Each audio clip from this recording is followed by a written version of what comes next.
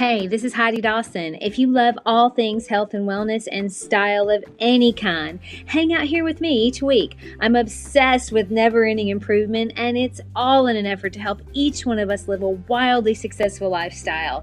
Subscribe today so you don't miss a thing. Hi, guys. Welcome to episode 347 of the Wildly Successful Lifestyle Podcast. Nice to be with you guys, as always. So I was running the other day. It was really hot, and I had on my plan for that day to do one of my high-intensity sprint runs. That's where I walk, sprint. But it was so hot and humid that I found myself overheating, and I thought, I'm going to have to walk the rest of the way. I'm completely out of steam. But as I walked for a little bit, my energy built back up, and I realized I actually could continue running, and it felt really good to do it. But I pivoted my plan to a slow, steady run, which allowed me to continue to the end. The key thing you need to know here is that I was running outside, a long way from my house. Now, had I been running at the gym on the treadmill, I would have had the option to quit as well as rest. But when you're 2 miles from the house, you don't have that option. My brain would have probably chosen the quit option if it had been there, but it wasn't. And I ended up finishing a really great run because I allowed myself to rest a bit, and then I changed my pace also so I could continue without overheating. Sometimes our brains are really sneaky. Sometimes it wants to take the easy road, and of course, the one that will protect us. I mean, it'll have us justifying throwing in the towel, and just really a little bit of time off is what we need. It may not mean you need to quit. It may just mean you need to rest. Everything we do in life needs refuel in some way or another. I mean, our phones, our watches, our cars. But we often forget that we do too. I mean, we have no problem plugging our laptops in every day, or our Whoop strap every other day, or our iPhones. We got to plug those in all the time. We know the battery's going down after we use it. That's just normal. Of course it needs to recharge. It's been working hard. We don't just throw our phone in the drawer when the battery's dead. Of course not. We charge it, and now it's like new. I mean, when we're driving along and we notice our gas tank is on empty, what would happen if you just put a big smiley face over the gas gauge so now you don't have to see it? Problem solved, right? Wrong.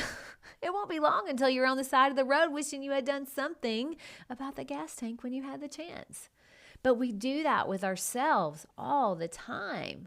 We go around with this big smile on our face like everything's just peachy, but we are way in the red. We may be putting on a great show, but inside we're tired, we're anxious, we're grumpy, and we're running out of steam. A lot of us are already there, tired, anxious, and grumpy. And it's not that we need to quit. We really do just need some rest.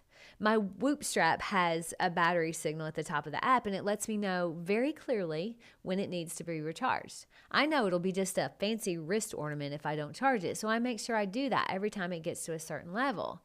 And the thing about the Whoop strap, though, is it kind of tells me where I am, too, because it has a recovery level that I see every morning. It'll let me know what level of strain would be optimal for that day. I mean, sometimes it's like you need to basically take the day off. But other days, it'll say, hey, you're primed. Go full out, whatever you want to do. Hits your target. It's not perfect, but it's helped me out a lot. But it does make me think, though, what if we all had a battery signal like the one our phones have? Where would our battery signal be right now? Would it be green, yellow, red? Would it stay in the red? Would you even know what to do to recharge or refuel it? I mean, would it make you realize that running in the red may not cause us to completely drop dead like our iPhone does, but it is showing up in other ways. We're irritable, we lack energy and focus, we're putting on weight, we have tons of anxiety. This all happens from not really taking care of ourselves and resting. We think if we slow down, we'll miss something. But studies have shown it's actually the opposite. We miss things when we're rushing and anxious, not when we slow down. And sometimes we think in order to be at peace or joyful, we have to quit everything. And we know that's not possible because we have to pay our bills or the kids have to be fed. So we just assume that we're destined to be tired, anxious, and grumpy. But what if we don't need to quit anything? What if, just like on my run, we simply need to rest and maybe change our pace up a little bit? There'll be times where you have to run hard, but it's not sustainable all the time. And there will be times where it's not even possible, like me sprinting in the heat. I know exactly where I keep my Whoop strap charger. That way, when it's dying, I know exactly where and how to recharge it.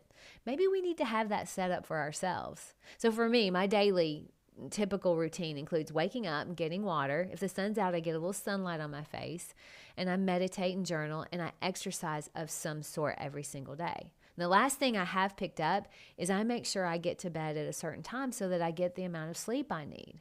This is my go-to protocol. I know exactly how to do it, and I can always tell when I don't do it.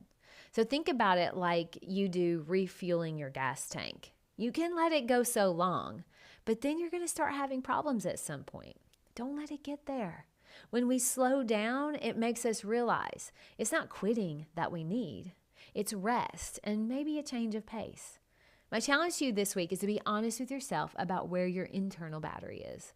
Are you putting a happy sticker over an empty gas gauge? And do you know exactly what you need to do to refuel? I hope so. Share this with 3 hard driving friends. I love you guys. I'll talk to you in a few days. Don't forget to subscribe and share with your friends, because we're just going to keep going bigger and better places together, and I love that about us. Talk to you in a few days.